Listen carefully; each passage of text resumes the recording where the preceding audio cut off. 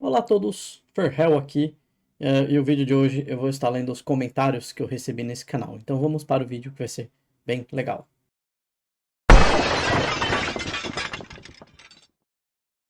E o primeiro comentário foi do Sérgio H569, no meu vídeo de como é usar o XFCE, um passo a passo de utilização deste ambiente gráfico. O XFCE no Linux Mint é bem trabalhado. Muitos não curtem o visual do Mint, mas é bonito para mim. O Xubuntu também trata bem o XFCE, embora esteja um pouco atrás do Mint em praticidade. Já o Zorin apresenta a melhor implementação visual do XFCE, mas está para aposentá-la. Linux Lite tem um XFCE tão prático quanto bonito, e que me conste o Manjaro também. Sim, o do Manjaro é bom, inclusive eu vou trazer algumas coisas dele aqui daqui uns dias. Já o MX Linux e o Spark Linux trazem implementações meio toscas, enquanto o Debian, Fedora e Arch apresentam esse ambiente gráfico como vem de fábrica, ou seja, horrível. Na verdade não é horrível, ele vem simples, né? O OpenSUSE customiza o XFCE e curiosamente está em sua edição LIP 16 oferecendo uma implementação beta em Wayland, muito interessante.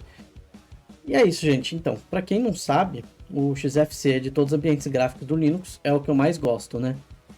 O que eu, assim, o Xubuntu realmente trata bem. Na versão 25.10 eles corrigiram, né? Mas na versão 24.04 LTS ele tem um problema ali nas lojas, ali em alguns outros aplicativos que não conseguem entregar. Se você muda para o modo escuro, ele não habilita o modo escuro para você.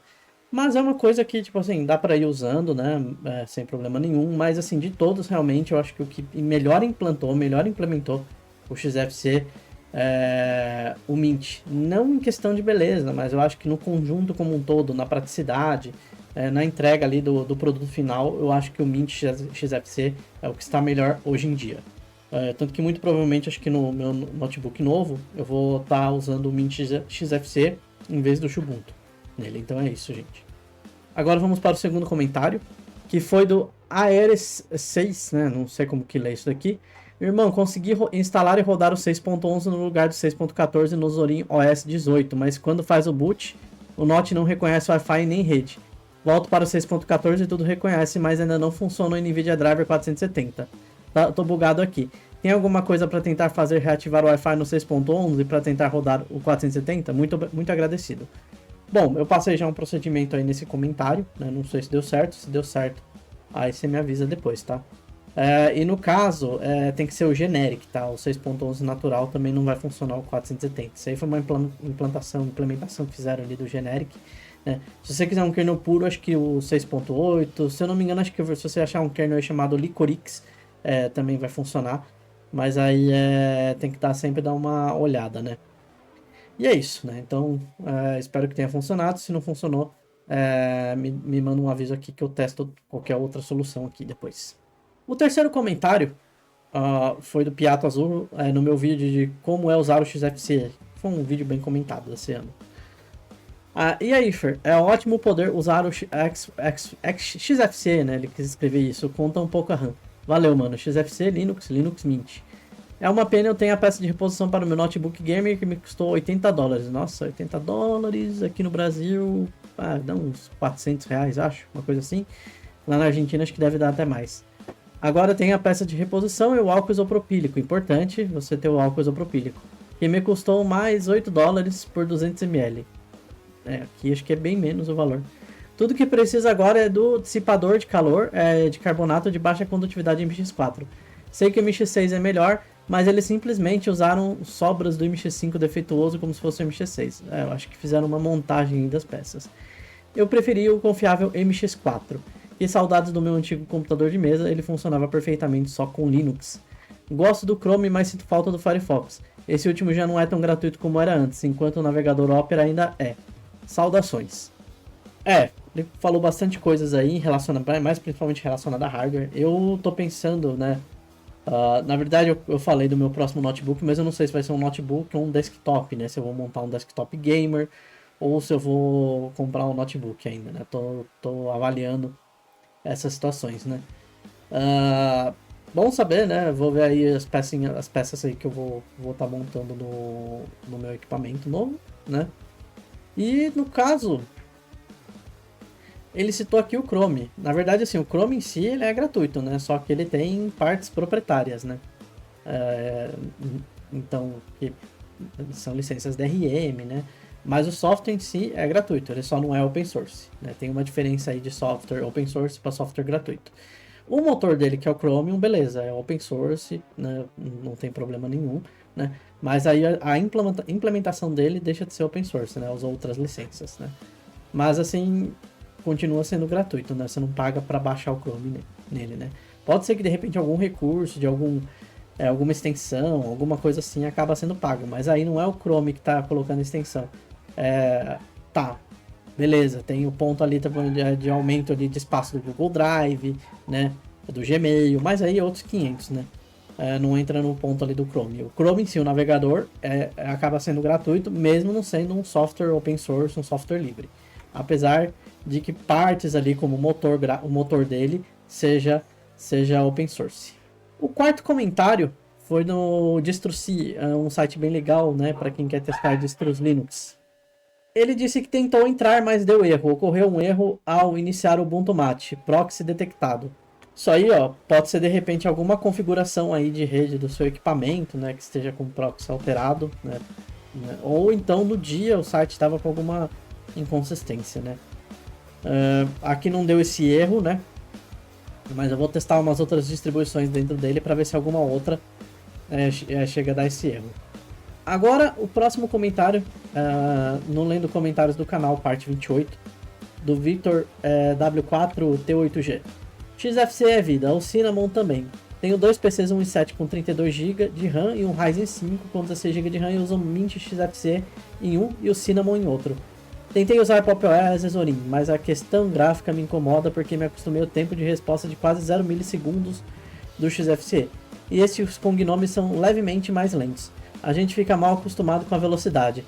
É aquilo que eu falei, eu vou montar um notebook potente ou então um desktop potente e vou usar o XFCE, né? Agora, ou o Cinnamon, né, também é uma opção. Aí a distro XFCE que eu vou usar, não sei se vai ser o Mint, se vai ser o Xubuntu de novo.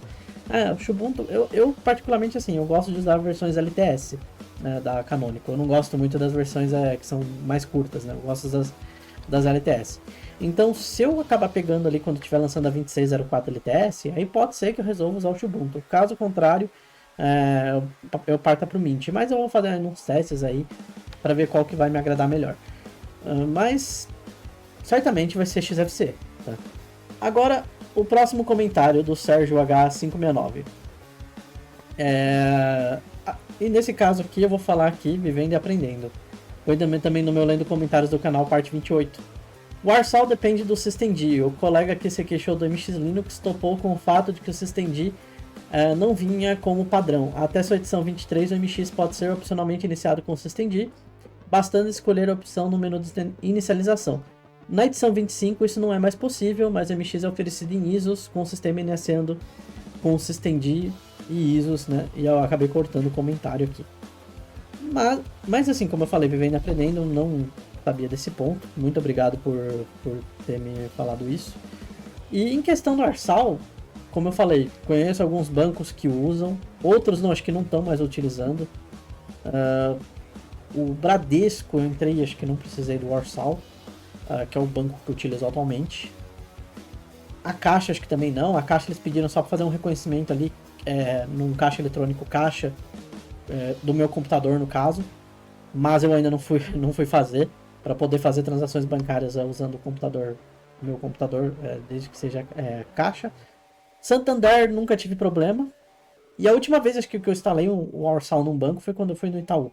Outras coisas ali que deve utilizar deve ser alguma coisa de aquelas coisas de cartão ali do Serasa, essas coisas aí de acesso, deve usar o Warsaw ou algo parecido.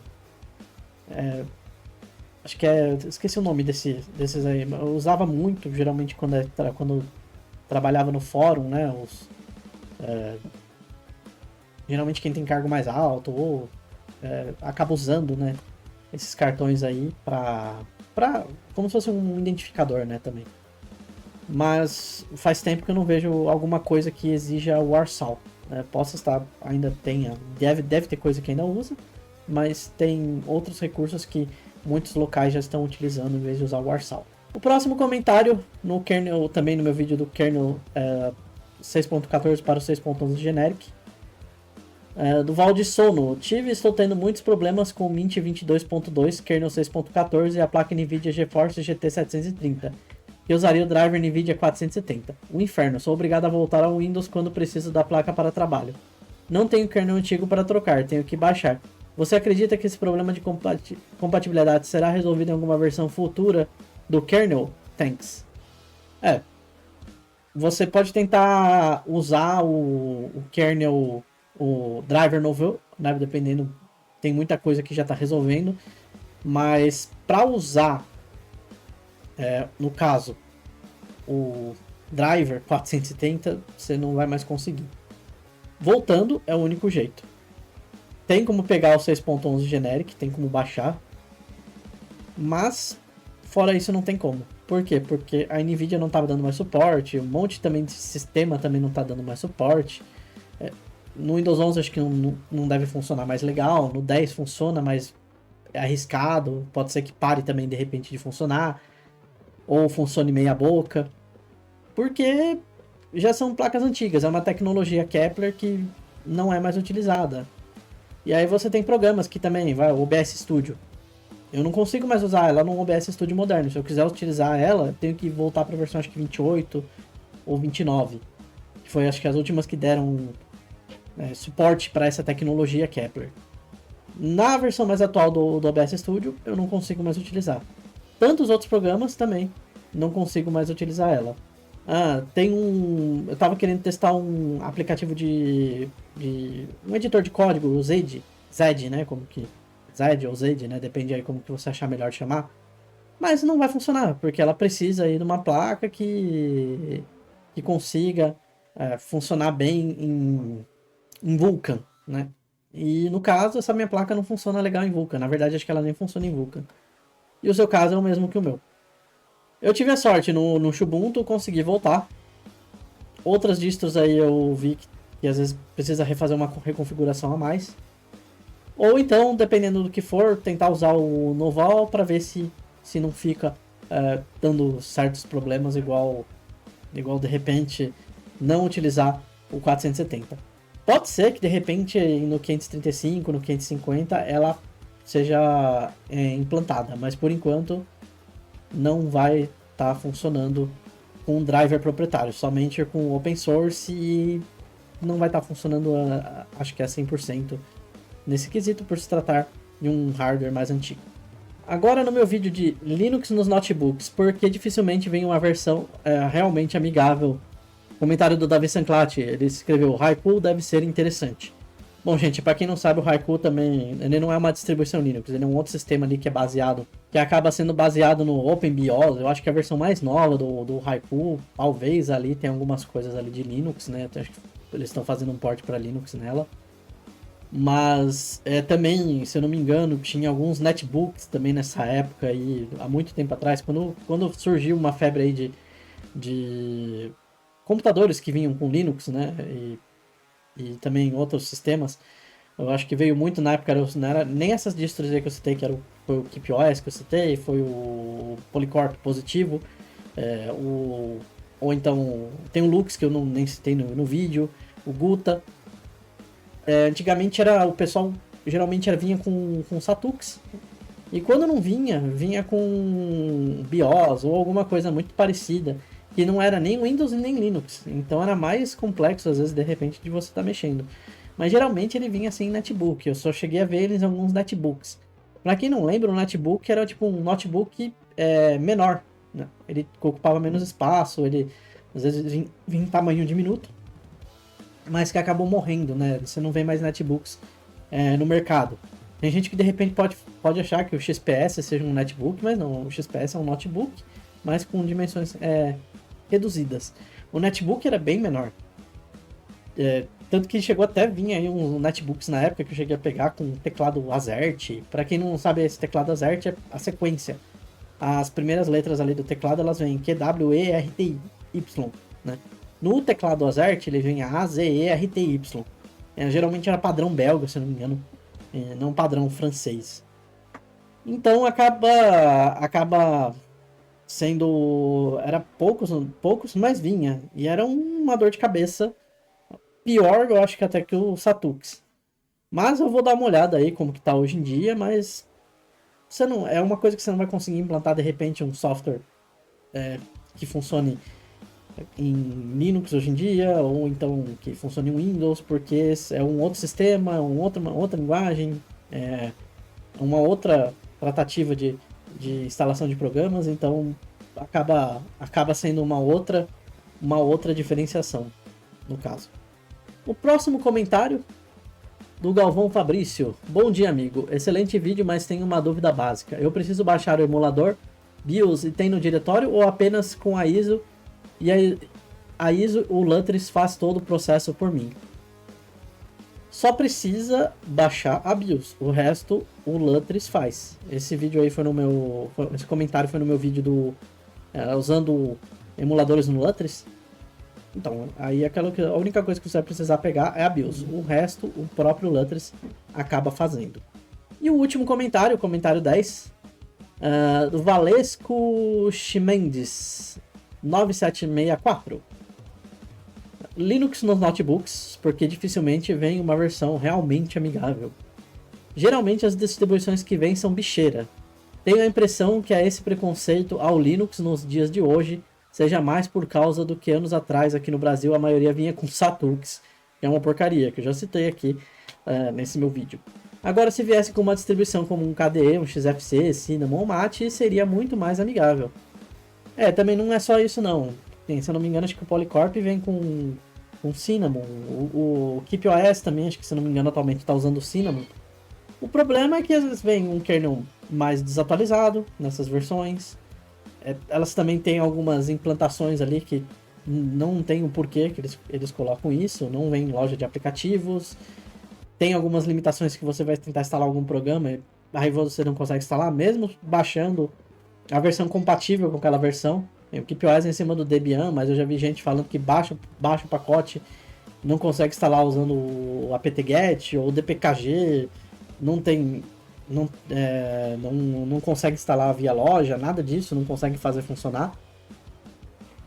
Então depende ali. Se eu não me engano, acho que esses dias aí eu vi um comentário de uma pessoa aí que estava usando o Guta, e o Guta você precisa ativar. Então acho que isso aí é meio estranho, né? Por que um Linux você tá precisando ativar? Então, assim, as pessoas realmente acabam se frustram, acham que toda a distribuição Linux é daquela maneira, quando não é. Acho que você pegar de repente um notebook com Dell que vem com Ubuntu, você vai ver que uma diferença enorme do Ubuntu pro KeepOS. O Ubuntu é muito melhor. Tudo bem, tem a Snap Store, que não é lá essas coisas, mas já é uma loja que traz bastante recursos. E você consegue fazer a instalação de programas ali de uma maneira bem mais simples, né? Mesmo não sendo, acho que hoje em dia, uma top 5 distros amigáveis o Ubuntu. Talvez um top 10, mas top 5 ela não é mais. Ela perdeu o papel ali para outras ali que são mais fáceis para o usuário final. E assim, infelizmente não vem, eu falei, por conta de custo. O KeepOS é da própria Asus, o Lux é da Lenovo, o Guta é ligado à Acer, a Positivo opta pelo Polycorp, podia tentar outras distros ali brasileiras, né? Tem o Mauna, tem o Big Linux, que eu acho que são distros que poderiam entregar melhor. Não que seja ruim essa que eu tô falando, mas eu acho que ela é mais voltada mais para ambientes corporativos, em que você tenha um controle melhor, em vez de repente um computador pessoal. Então acho que nesse ponto deixa ainda a desejar, né?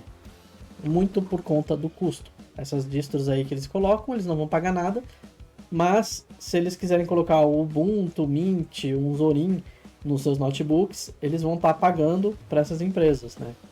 Estarem vindo para elas atenderem o suporte. A Dell faz isso, acho que a Lenovo deve fazer com alguns modelos, mas no geral vem essas distros que são gratuitas, que o suporte deles é gratuito. Eles não vão ter que pagar para uma empresa para dar o suporte para essas distribuições.